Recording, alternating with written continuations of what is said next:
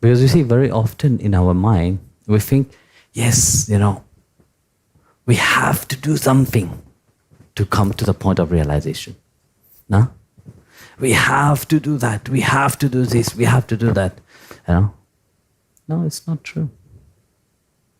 It happened in a fraction of a second. The least you expected, then it happened. What you do through your sadhana, what you do through your spiritual practices is just purification. You're purifying yourself.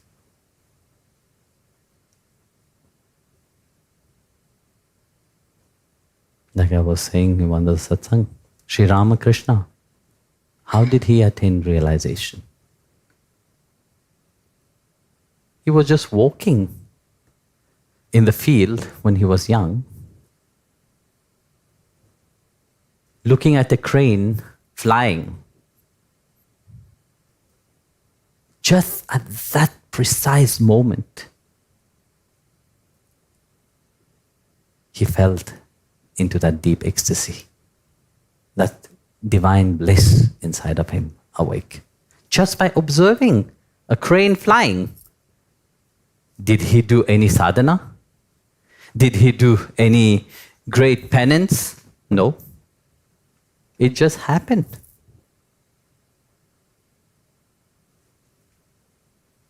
From one moment to the other. People ask me about my spiritual journey. I didn't do any sadhana. I didn't do any meditation. I didn't do any great penance or great chanting, or I was not sitting in the Himalayas in the cave and I just came out and revealed, hey, I am here. No, it didn't. I just woke up 21st April 1994. Everything have transformed for me. Everything, it was a new reality. Maybe I'm getting the year wrong, but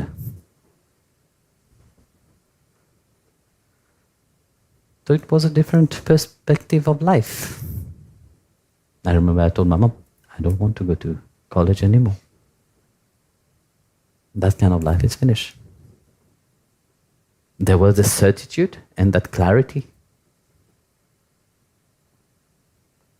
It didn't happen. It just happened just in a fraction of a moment. Not through any sadhana, not through big, deep meditation or anything else. And that is the moment which you are waiting, to happen. And it is there. Bhagavan have not called you on this path. Bhagavan have not given his name just because it is in vain.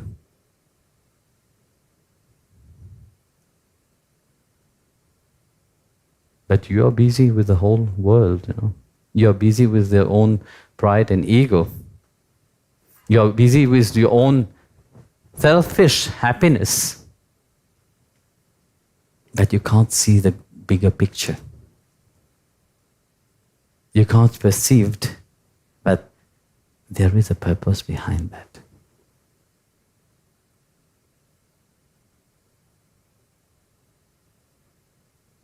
So, is there a difference between Jaya Vijaya?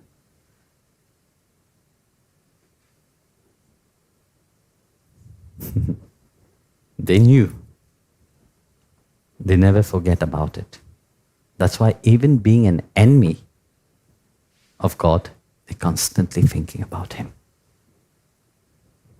Maybe with not the same mood, but that's what attract Bhagavan to come here.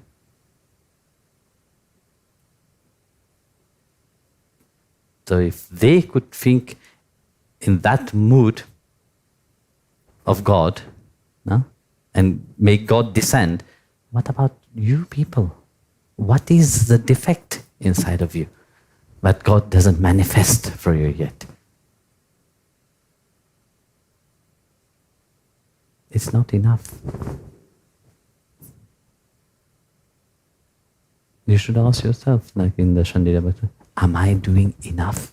Am I truly, sincerely surrendering?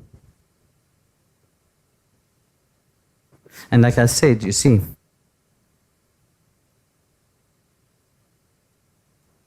for Bhagavan to send you here, in this world, don't think that He have left you. He have His ways in reminding you. Sometimes we don't realize it. We have heard stories how, yesterday itself, you see how people, something have changed inside of them, how they were called onto that path. Some in a very funny way, some in a strange way. No, as we are talking right now, there's a beautiful story of you see, for sometimes India was colonized by the British, But there is one temple, Marva Agar temple, where Lord Shiva is worshipped in the form of a doctor. So during the British rules, there was a colonel by the name of Martin. Beautiful story, actually. And you see, during the British rules, they brought lots of missionaries to evangelize India. And of course, when missionaries come, they will not evangelize in a nice way, So you have seen what they did in Latin America.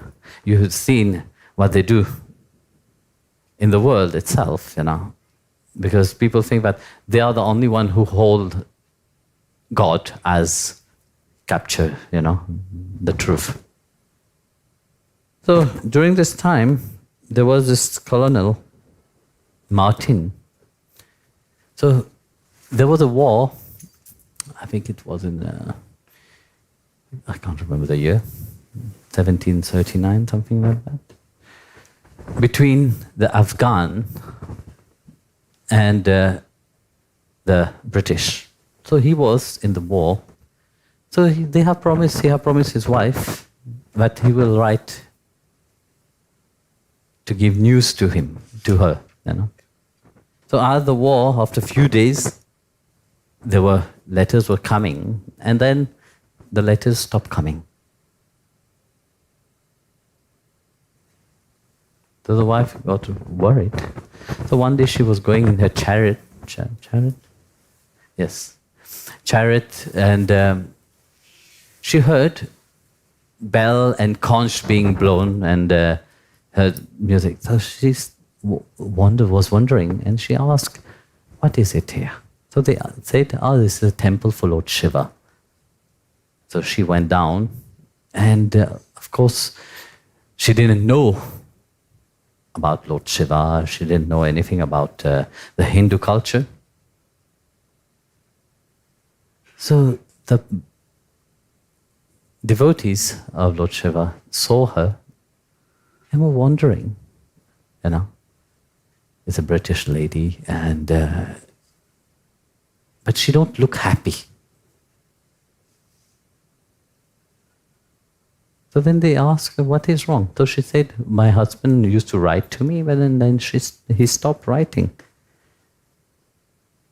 Then they assure her that, listen, just chant Om Namah Shivaya for 11 days. I'm sure Lord Shiva will protect and will give you news for your husband, You see how Bhagavan called his people, how he remind the people. So as she did that, for 11 days she was chanting Om Namah Shivaya, Om Namah Shivaya. On the other side, on the other place with her husband, they were surrounded by the enemies. So they were surrounded by the enemies, and the enemies was going to attack and kill them all. At that precise moment when they were all losing hope, a man just appeared with matted lock, matted hair, and holding a trident in the hand, and start fighting with the enemies. So they were all shocked, and all the enemies start running away from all direction. So after they all have run away,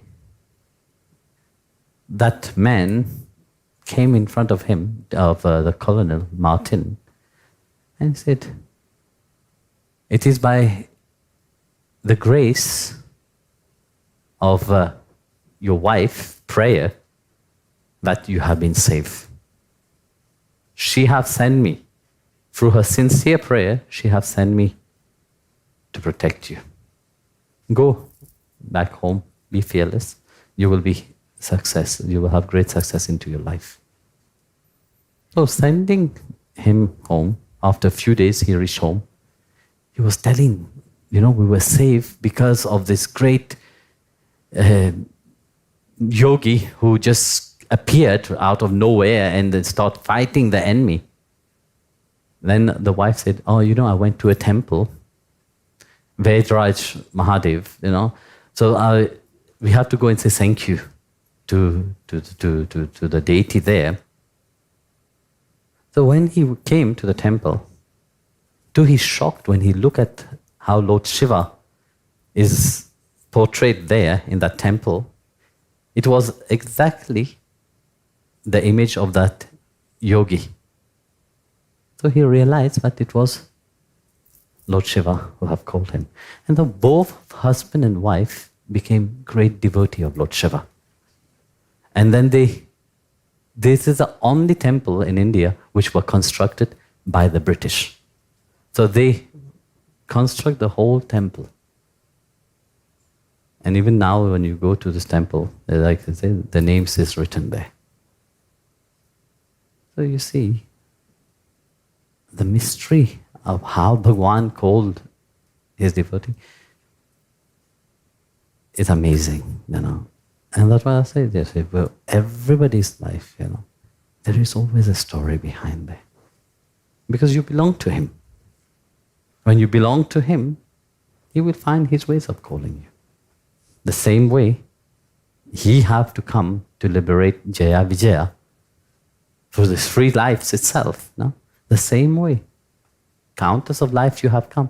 Again and again, he will come and reminding you of his love and relationship to you. So, Jai Gurudev, everyone.